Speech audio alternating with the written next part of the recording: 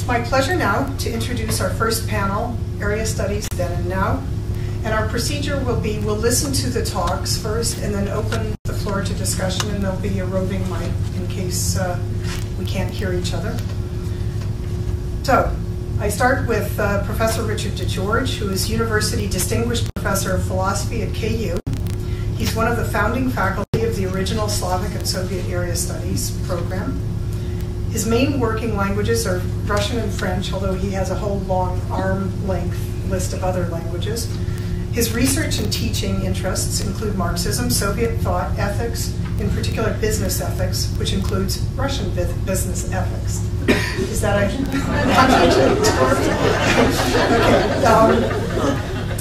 Professor DeGeorge has received numerous teaching awards, among them KU's Hope Teaching Award and the Chancellor's Club Teaching Award. Professor DeGeorge has a stunning list of research accomplishments. I almost couldn't get off his page when, looking in the library.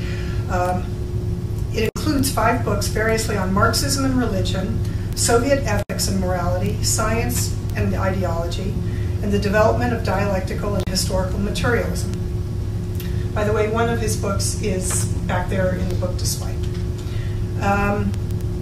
Just this year, his book on business ethics appeared in its 7th edition and has been translated into Russian, Serbian, Chinese, and Japanese. So hopefully the Russians are learning something from him. But let's hear it for Richard, bridging worlds here. Each decade, Professor DeGeorge has received a major award for his accomplishments. In the 1980s, he received the Balfour Jeffrey Research Achievement Award. In the 90s, an honorary degree, Dr. Honoris Causa, at Nyenrode University in the Netherlands. And he was in excellent company, I should say, with Nelson Mandela and Bill Gates. That's probably a high point in KU history. And he was the first recipient of the Society for Business Ethics Awards, the Society for Business Ethics Award, in recognition of a career of outstanding service to the field of business ethics. Please help me welcome Richard DeGeorge.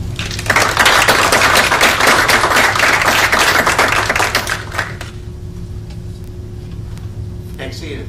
It's a pleasure to be here this morning, and I speak not as a founder, because I really wasn't a founder, but I'm going to tell you the story of Slavic and Soviet Area Studies, SSAS, Soviet and East European Studies, CREES, and Russian and East European Studies, REES.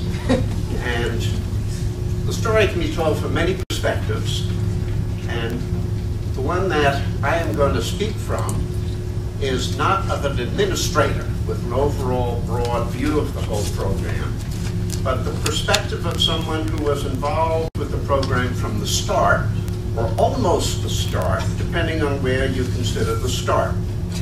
And in thinking about this, I chose a theme, or 2 themes. One is improbability, and the second is the Cold War. For me, the first improbability was that I came to KU at all. I was a New Yorker, had spent 2 years studying in Europe, 2 years in the Army before finishing my PhD at Yale. My wife was from Maine, had gone to college in Boston, was a Fulbright to France, and got her MA at Yale. We were not oriented towards Kansas. And until it happened, it seemed improbable we would ever come here. The story of that appointment might help set the stage for understanding what KU was like in 1959. I applied to KU because a friend of mine from Yale was here and encouraged me to do so. The philosophy department at the time had 3 faculty members, but KU had a great chancellor, Franklin Murphy, who unfortunately for us left in 1960 to become chancellor at UCLA and then publisher of the LA Times. And we had a dynamic dean of the college, George Wagner. 2 of us showed up from Yale for philosophy interviews, and although there was only 1 position announced, after the interviews, the dean decided to hire us both. Enormously improbable for anyone who knows KU today. The dean also decided to give the philosophy department an office, a part-time secretary, a typewriter, and a supplies and expenses budget, all of which the department had hitherto lacked. What was true of the philosophy department was true of other departments as well. Philip Griffin, who wrote a history of the university for the KU Centennial, described KU at the time as a third-rate university seeking to become second-rate. The description was not appreciated by many at KU, but it was probably accurate. In 1959, Lawrence had a population of about 30,000. Anything west of Iowa or south of 23rd Street was in the country. It was hardly a cosmopolitan town. Kansas was dry by local option, and one could get liquor by the drink, including wine, only at private clubs. The swimming pool and the country club did not admit blacks. KU had about 800 faculty members and 10,188 students. The teaching load was 3 courses a semester for all ranks. My beginning salary for 9 months was $5,200. There was no air conditioning, and teaching summer school was no fun. Tuition was $700 a semester. If you think back, World War II had ended only 14 years earlier, and we had all lived through it, as well as through the McCarthy era. The Cold War was on, and in 1957, the Soviet Union launched Sputnik, which was taken as a signal that the United States was falling behind in science and education, and perhaps in the Cold War. In November 1957, Chancellor Murphy had established a Chancellor's Committee on Foreign Language Study. The committee's report appeared in September 1959. The conclusions and recommendations section of the committee's report read in part, quote, as soon as practicable, add area programs for Russia, Germany, and the Far East.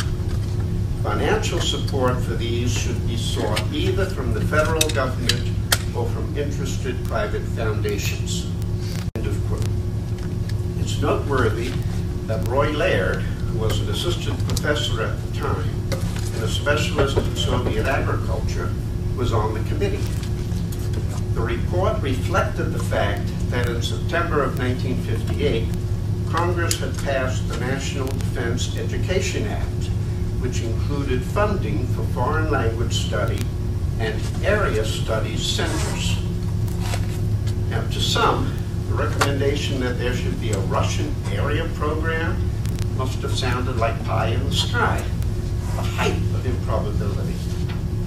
In 1959, Slavic languages and literatures was part of the German department, and a small part of the German department. It had a faculty of 2, an instructor, Sam Anderson, and an assistant professor, George Ivask. The history department had 1 faculty member in the area, Ozzie Backus, who had been promoted to professor the previous spring. Geography and political science each had 1 assistant professor in the area, for a total of 5 faculty members in the area, all but 1 of them junior in rank, and not all of them interested in the area. Despite the implausibility of the recommendation, a Slavic and Soviet Area Studies, SSAS, committee was formed with Ozzie Backus as the chair. It boldly issued a document, Future Development of Russian Language and Area Studies, and in it, it announced plans to become an NDEA center. Very bold. Ozzie was the moving force behind SSAS and the author of that report. You may have noticed that when I listed 5 faculty members who might be considered in the Slavic and Soviet area, I did not include myself, even though I had arrived on campus in the fall of 1959. Nor did I include Harry Schaefer, who was an assistant professor in economics, but who did not join the program until several years later. How did I become a member? I'll go into that part of the story because I think it illustrates a lot about the period in the early beginnings of Slavic and Soviet area studies. There was a small faculty club on campus in the white building right across the street from where we are. That's now the Office of University Relations. And back then it was a place where faculty members went to eat lunch. Many brought their own in brown bags, and we sat at long tables. We didn't sit at little tables, big long tables for everybody, and you quickly met colleagues in other departments. It didn't take long before one had met at least half the faculty in the college and a number from other schools. I don't remember exactly where or when I met Ozzie Backus, but there were many opportunities for doing so. Nor do I know how he came to know that I knew Russian, although it would not have been surprising that I might have mentioned it when I found out that he was in Russian history. In any event, before long, Ozzie came to see me and said KU was planning on starting a Russian or Soviet area program, and he felt that in order to do so, it needed someone who could offer a course or courses in Marxism and Soviet thought, since so much in the Soviet Union was driven by ideology. Would I do it? In 1959, the probability of having a philosopher on the faculty who knew Russian or who could teach Soviet Marxism was too small to calculate. To me, his request came out of the blue. I was teaching 3 courses a semester as it was, and I had never taught before, so each course was a new preparation. In addition, I told him, I knew almost nothing about Marxism. I had never had a course in it, and I knew even less about Soviet philosophy. So my only possible qualification was that I could read Russian. But that was enough for Ozzie. He suggested that I apply for an Elizabeth Watkins Summer Faculty Scholarship from KU, and that I spend the summer reading Marx and whatever else I needed to teach the course. That sounded more interesting than teaching summer school without air conditioning. Perhaps I also mentioned to him that I had turned down Foreign Service officer appointment to finish my dissertation, and that because of my Russian, I had served 2 years as an Army intelligence officer, even though it was during peacetime. My MOS was interrogator of prisoners of war, which there were none. I surprised myself, but evidently not Ozzie, by agreeing if I got the grant. Well, I was officially made a member of the committee in the fall of 1960, which is 50 years ago, this event we're now celebrating, not by joining the committee, but the fact that the committee existed in 1960. In the summer of 1961, I received the Watkins Fellowship. In the fall of 61, I offered the course in Marxism, Leninism, and Soviet philosophy. And little did I imagine at the time that this apparently simple decision would change my career and research for the next 30 years. I'll tell you a little bit about how does one learn to teach a course in Marxism, Leninism, and Soviet philosophy. Well, in 1960, there were no textbooks on the subject, and so far as I knew, no one was teaching a similar course. So I set about reading Marx, Engels, and Lenin, and Stalin, and Ozzie Backus suggested that I get Novye Knigi, bulletin of new books about forthcoming books from the Soviet Union, and he told me, look at the tirage, the printings, and if the printing is 2,000 or less, it's a scholarly book. So I started ordering scholarly books and subscribed to Vопроsi Filosofii, a philosophical journal from the Soviet Union, and I started learning who was doing what in Soviet philosophy. We were all conscious of the time, at the time, of the John Birch Society, an active anti-communist group in Wichita was on the lookout for any communist, and harassment by that group was a risk we all worked under. By sheer accident, another improbability, in 1960, Professor J. M. Bohensky, a well-known historian of logic and of the history of philosophy, visited KU for a semester as Rose Morgan Professor in the philosophy department. It turned out that he was the head of the Institute for Soviet Studies at the University of Fribourg in Switzerland, the only center in the West to specialize in Soviet and East European Marxism. He invited me to join his institute for a year. The Ford Foundation had recently started a program in Soviet area training fellowships. In 1961-62, I applied, and I received the grant. So in 1962, I took my wife and family off to Switzerland for a year, where my wife had a third baby. In looking back on the list of fellows for the year, I was surprised by how many later to become well-known people in the field. And included in the list was also Erik who came to KU in the Political Science Department in 1963. Looking at the list reminded me that in 1960, there were very few people trained in Soviet area programs. Most of us had PhDs in our disciplines, and we had to learn the area. Several years later, when we set up the requirement for a master's in the area, with required courses in various fields, none of the faculty had had the range of courses we demanded of our students. And in a sense, none of us could qualify for a master's degree from KU in area studies. While in Switzerland, I came to realize that I needed more than book learning and asked Ford to fund a month-long trip to the USSR, which to my surprise they did.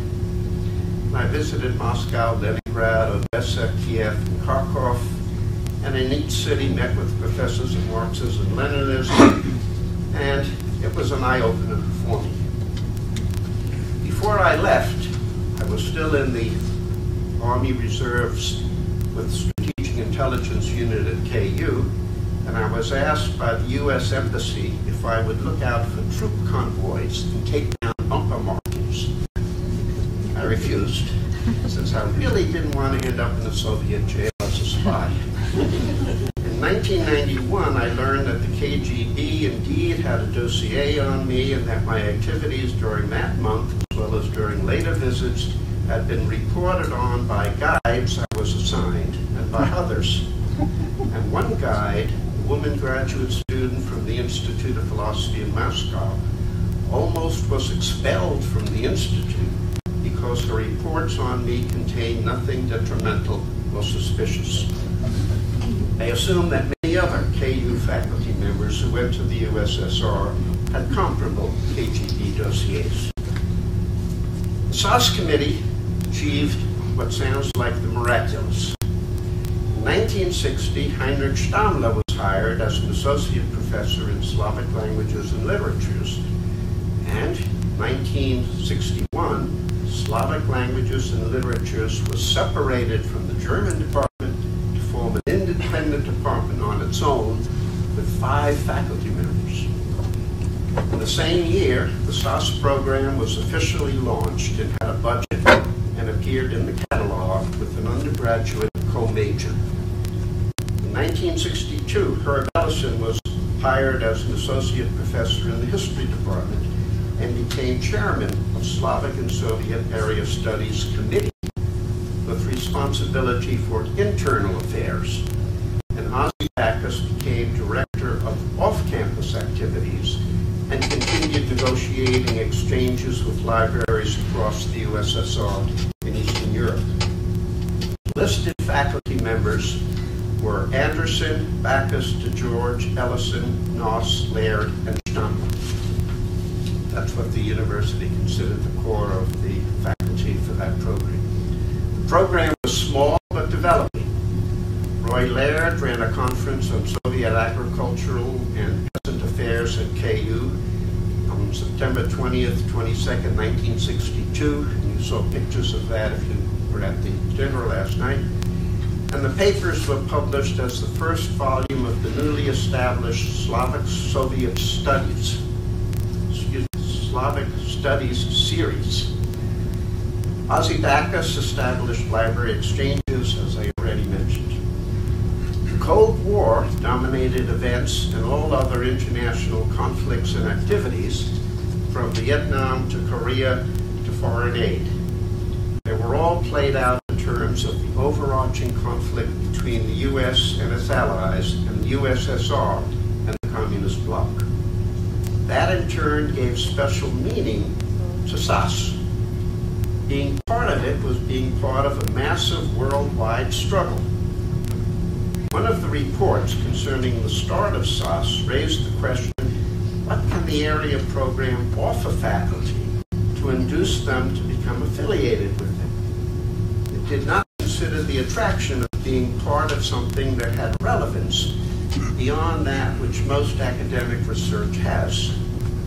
In retrospect, that was an attraction that none of us ever articulated, but one that was probably the greatest motive we had for taking on new courses, teaching overloads, devoting time to an activity outside our specialties, and one for which many of the disciplinary departments saw as a distraction from their core concerns. Fortunately for SSAS, the 1960s was a period of rapid growth for KU. By 1965, the SSAS faculty numbered 17. It had more than tripled in 7 years. The first application by SSAS for an NDEA center status and grant money was turned down, but we learned. In 1964, SSAS introduced a certificate of proficiency on the graduate level. Before that, we had nothing on the graduate level except courses. And that helped our next application. In 1965, KU was designated a National Resource Center and given a 2-year grant of $36,000. The SSAS program was now officially known as a center.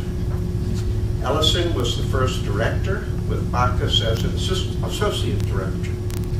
An executive committee of 11 members was formed with at least one representative from each of the 8 departments. History and political science usually had 2 members. As the only one in the area of philosophy, I was a continuing member. The committee met monthly at the home of the director at 7:30 in the evening. The committee usually had coffee and some goodies, sometimes beer, and for some members it was an opportunity to smoke cigars. The semi-social setting of the committee and of the meeting carried on into receptions at various members' homes after SSAS lectures, and we all got to know each other socially as well as professionally.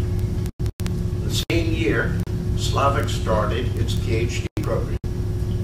Anna Chinchala joined the history department in 1965, Jay Alexander in 1966, Jerry Michelson and Steve Parker were appointed in the Slavic department in 1967. Leslie Dinas came to KU in geography in 1968, and Norman Saul came in 1970. By way of a footnote, Norman and I have both been in the same military intelligence unit at Fort Bragg during our period in the Army. Ellison left at the end of the 1967-68 school year. Roy Laird served as acting director for a year until we hired James Scanlon in philosophy as the new director, starting in the fall of 1969. The same year, S.E. Ujekin joined the faculty as a visiting professor of history and became a permanent faculty member in the fall of 1970. For a short period, KU had the strongest concentration of faculty in Russian and Soviet thought. 4 of us: Scanlon, Stammer, Ujekin, and DeGeorge. But it was short-lived. From the point of view of the faculty, Scanlon was a good director, but the fit was not a good one for him, and he left left for Ohio State after 3 years. In November of 1970, William Fletcher became director, and at last we had a long-term director. He stayed on until 1992. Funds for the grant were used primarily for speakers, library, scholarly travel, visitors, and office needs. The faculty traveled frequently and often took leave. In 1965-66, I took leave. I was senior fellow and visiting professor at the Russian Institute at Columbia, and Zbigniew Brzezinski was the director. He met weekly with Center Fellows for lunch, at which he pontificated. While at Columbia, I wrote Soviet Ethics and Morality, and I gave a lecture at which Isaiah Berlin was my commentator. And through that contact, I invited him to KU for a lecture, which he gave here under SSAS auspices, and it was one of the many illustrious speakers the faculty invited with center funds. In 1967, I took a trip to Poland, Czechoslovakia, and Hungary to meet philosophers there whom I had read, and it served as the basis for my book, The New Marxism, which was the humanistic Marxism coming out of Eastern Europe at the time. After the Soviet invasion of Czechoslovakia in 1968, one after the other of the new Marxists was either silenced or forced to leave. When Leszek Kolakowski went to Canada, I was able to invite him to a lecture at KU with the support of SSAS funds, and KU offered him a faculty position. Unfortunately for us, Berkeley did the same, and he chose Berkeley. SSAS funds enabled us to invite a dozen or so philosophers from Eastern Europe, and Sviatoslav Stojanovic from Yugoslavia came as a visiting professor every fall for 7 years. From the start, we had NDFL Title VI fellowships. In 1968, SSAS introduced an MA program in the area. It also started a Polish subspecialty and negotiated a Poznan, Kansas exchange, with the first actual exchange of faculty and students taking place in 1970. Yugoslavia was the second area of concentration, and on February 1st, 1975, we added Germany, East Germany, as a third. Germany wasn't a Slavic country, and so in September 1976, faculty agreed to change our name from Slavic and Soviet Area Studies, SSAS, to Soviet and East European Studies, CREES. It was officially approved by the Board of Regents in November 1977. In March 1976, we also took a hint from NDEK suggestions for centers and adopted plans for our first outreach program, which was still a new concept at the time. The library deserves at least some mention. In 1983, the CREES program review, the Slavic collection in the library was cited as one of the strongest in the country. With relatively little money from KU, the collection had grown from 9,000 volumes in 1960 to 84,893 volumes in 1970, to 200,000 in 1974, to an impressive 310,000 volumes in 1983, with exchanges with 30 institutions in 6 Slavic and East European countries. Then, in 1985, the unimaginable happened. Title VI Office of the Department of Education did not recommend KU for some center funding. It was a shock to all of us. The following years were touch and go without Title VI money. The college took up a little of the slack so we could keep most of our staff, but all the extras, travel, library, visiting lecturers, visiting faculty, disappeared, and supplies and expenses were cut in half.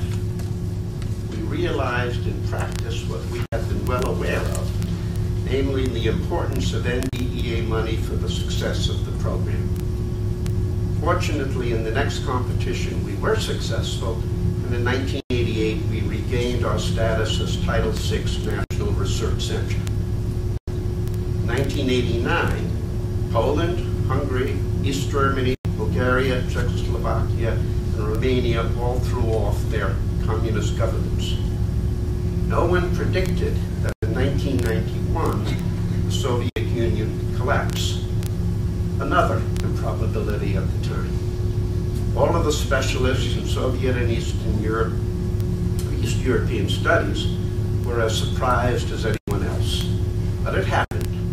And of course, it marked the end of Soviet and East European studies as we had known it for 30 years. The Cold War had ended. In the spring of 1992, with the Soviet Union gone, the name of the program was again changed from Soviet and East European Studies, SSAS, to Russian and East European Studies, REES. The program had in many ways to reinvent itself. In September 1992, Bill Fletcher suggested we embark on a Ukrainian initiative. On December 31st, 1992, Bill Fletcher stepped down as Director of Russian and East European Studies. The program had 38 faculty, 55 candidates for an MA, and it was ranked as number 2 in the country for an MA of the United States Department of Education. We had come a long way since the bold initiation of the program with few faculty and little funding. Bill Fletcher's letter of recommendation noted that, quote, all of our previous assumptions, our models, and our paradigms are now history. He served 22 years. During his last year, Maria Carlson was appointed Associate Director of the Center, and she took over as Director on January 1st, 1993. That's the program as it was for 30 years. They were interesting, sometimes exciting years to live through, but as we will hear later on today, in many ways, the best was yet to come.